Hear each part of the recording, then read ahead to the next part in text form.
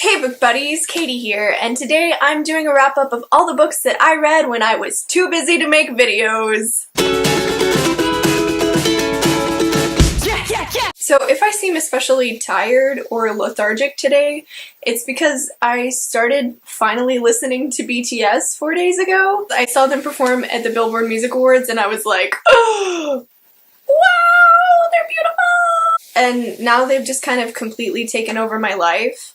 And I keep choosing them over sleep, so. I love them all, but I think that my bias is Namjoon. I love him so much. So the first book that I read is Dreamology by Lucy Keating. This book is about a girl who keeps dreaming about this one boy her entire life, and then one day she moves, and then he is at her new high school, so he's a real person, and the book is just her trying to figure out what the heck. So I'm not gonna lie to you, a big part of the reason I bought this book is because I thought it would make a really cute Instagram photo. I was gonna lay down on my pillow, and it was when my hair was still long, so I was gonna style it all artsy around me, and I was gonna put the book over my face like this to look like I was dreaming. It was gonna be so cute. But I actually ended up DNFing it. I was really stressed with school, and I was looking for a book that could just completely distract me and help me relax. And I don't know why, but something about this book just wasn't really captivating to me, and it didn't pull me in. I never really found myself thinking about it. I'm not gonna give it a star rating because obviously I didn't finish it, and I will probably go back and try to reread it later when I'm in a better mood, but yeah. Next book that I read was Emma by Jane Austen. It was in this huge collection that was really cumbersome to hold. So I love Jane Austen. I've read Pride and Prejudice and Northanger Abbey both twice, and I really, really enjoyed them. And I also read Sense and Sensibility when I was a lot younger, but I don't really remember it a lot, so I'm probably going to reread it at some point. But I like to read Jane Austen during the spring because she just feels like a springy author. And so I chose Emma this year, and I really enjoyed it.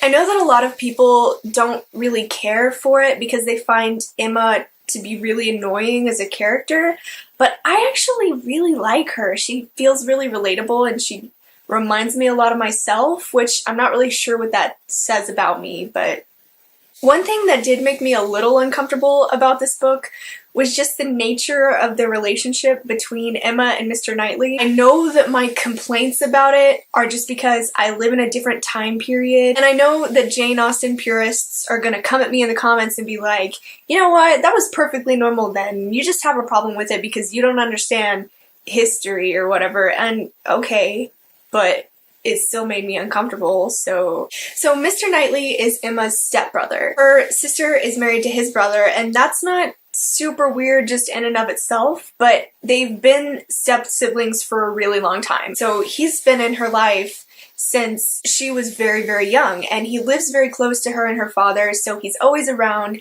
He's a family member. She even refers to him as her brother more than once in the book. There's even a part where he asks her to dance, and she's like, I mean, yeah, that's fine, you're not really my brother, right? And he's like, yeah. The other thing is the age gap between the two of them, and it's not that big of a deal in the present tense because Emma is early 20s and Mr. Knightley is somewhere in his early 40s, I believe, and so that's not too weird. I mean, I can cope with that. But what's weird about it is that at the end of the book, Mr. Knightley tells Emma that he fell in love with her when she was 13. When Emma was 13, Mr. Knightley was in his 30s, and that's freaking gross, dude. Again, I know that it was normal in that time period. That's cool, you know, whatever. But if you're 30 and you fall in love with a 13-year-old, you kind of need to examine yourself a little bit and figure out what's wrong with you because it's something. But other than that, I really, really liked it. It was a good read. I love Jane Austen. I loved Emma. I give it 4 stars. The next book that I read is Starfish by Kimi Dawn Bowman. I'm sorry, my camera stopped recording and I don't know why. So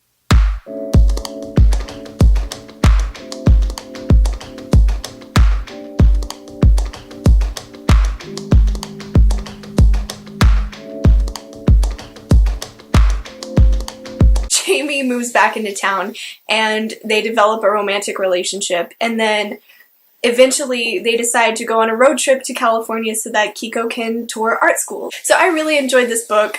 I feel like this is uneven. Oh my gosh, I'm a YouTuber! So I really enjoyed this book. I read it in one day because I was on a road trip myself, so I read it in the car.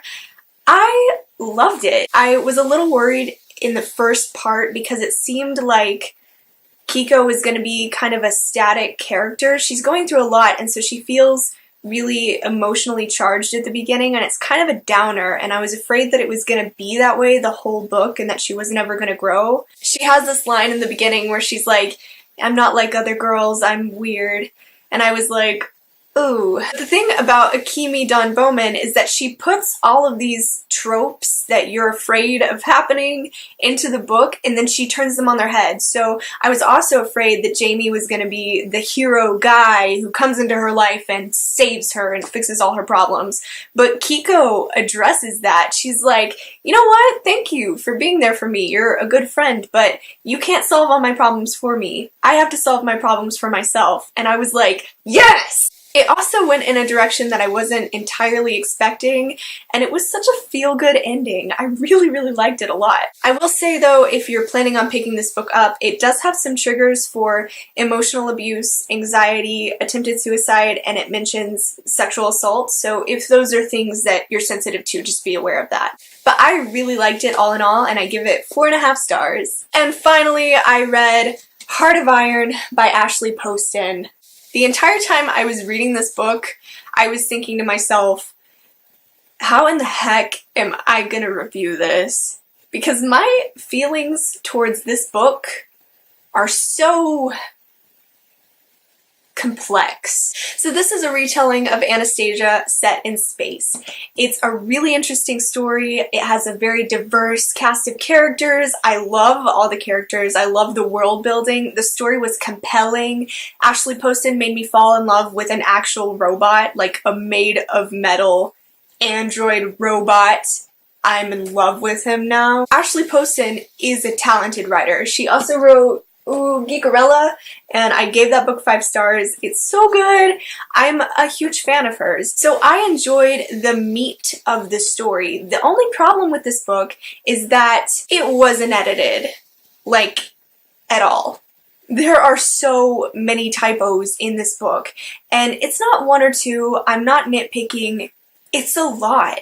It's like typos to the point where it pulls you out of the story and makes you remember that you're reading, which is not good. You don't want that in a book. If somebody handed this book to me and said, this is my first draft of a book, what do you think? I'd be like, this is amazing, but it's not a final draft.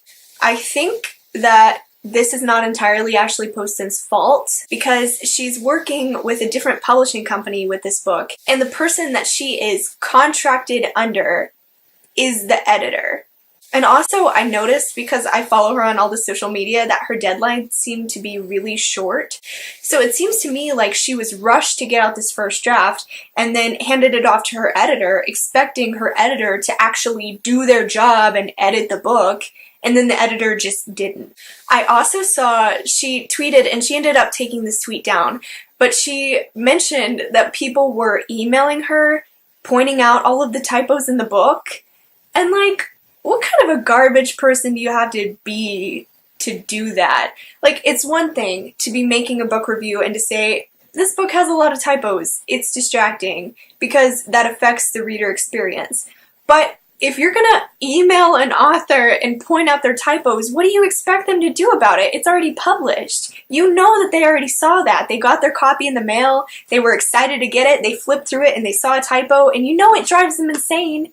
You know they know it's there. What do you expect them to do about it? They can't correct it now. Like, what is your goal? I am going to split my star rating in half because of all this, and I'm gonna give Ashley Poston and like her characters and her story and her world building and her ideas 4 stars, and I'm going to give the editor 1 star because they are not an editor worth their salt. So yeah, that's my wrap up. That's what I was reading when I was on hiatus. Thank you guys so much for watching this video, and if you liked it, feel free to click the like button or subscribe to my channel. If you've read any of these books, please let me know in the comments what you thought of them. I will see you all again very soon with a new video, but until then, happy reading. Bye!